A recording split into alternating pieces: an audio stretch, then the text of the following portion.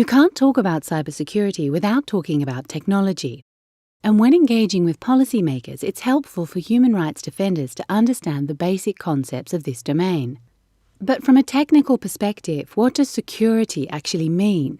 Popular conceptions of cybersecurity often focus on securing information and its underlying infrastructure. Information is the lifeblood of cyberspace. From personal data to high-level state communication, it flows through networks in huge quantities and is stored on devices and data centers.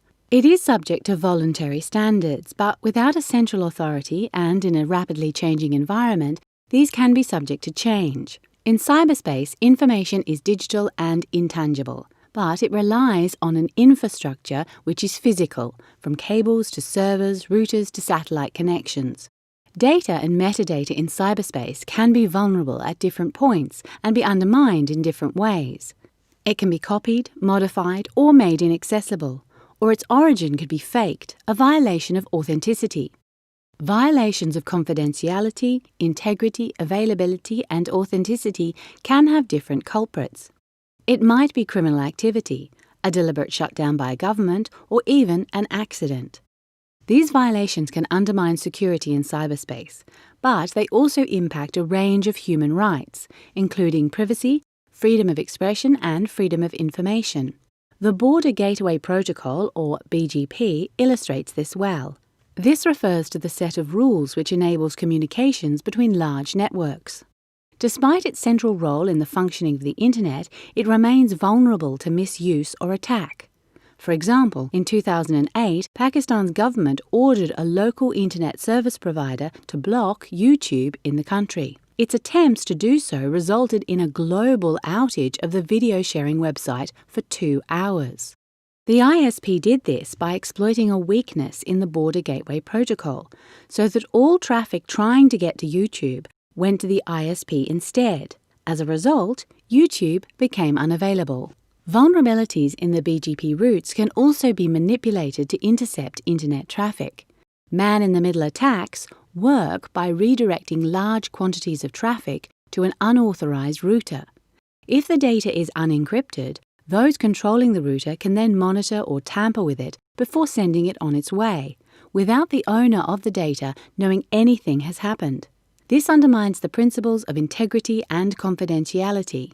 But just as you can undermine these principles, you can also preserve and strengthen them. At the Internet Engineering Task Force, measures are under discussion to address weaknesses in BGP. If finalized, they could help make sure data goes to and originates in the right places and identify whether data is traveling on the right routes. This makes it less likely that traffic will be inadvertently intercepted or blocked, and will help make sure confidentiality, integrity, and availability, and the human rights which depend on them, are respected on a technical level. Security can also be built into products and services by design. Apple and WhatsApp's adoption of default end-to-end encryption is a good example. Other tools include SSL, TLS, encryption of emails, and certificate pinning in browsers. The stakes couldn't be higher. Today, the Internet isn't just a communications network. It's a network for industrial control systems, healthcare, and in some countries, even voting. As our reliance on networked systems and technology increases, the risks associated with insecure networks also increase. The Internet of Things is about to usher in a whole new universe of connected objects. This will pose huge challenges for both security and human rights. A big part of the solution is technical, as we've seen, but it's not the whole picture. Let's look again at the incident in Pakistan. After a few hours, YouTube was restored at the global level by a technical fix. But in Pakistan itself, the censorship order didn't go away, and YouTube remained blocked there until the offending content was removed.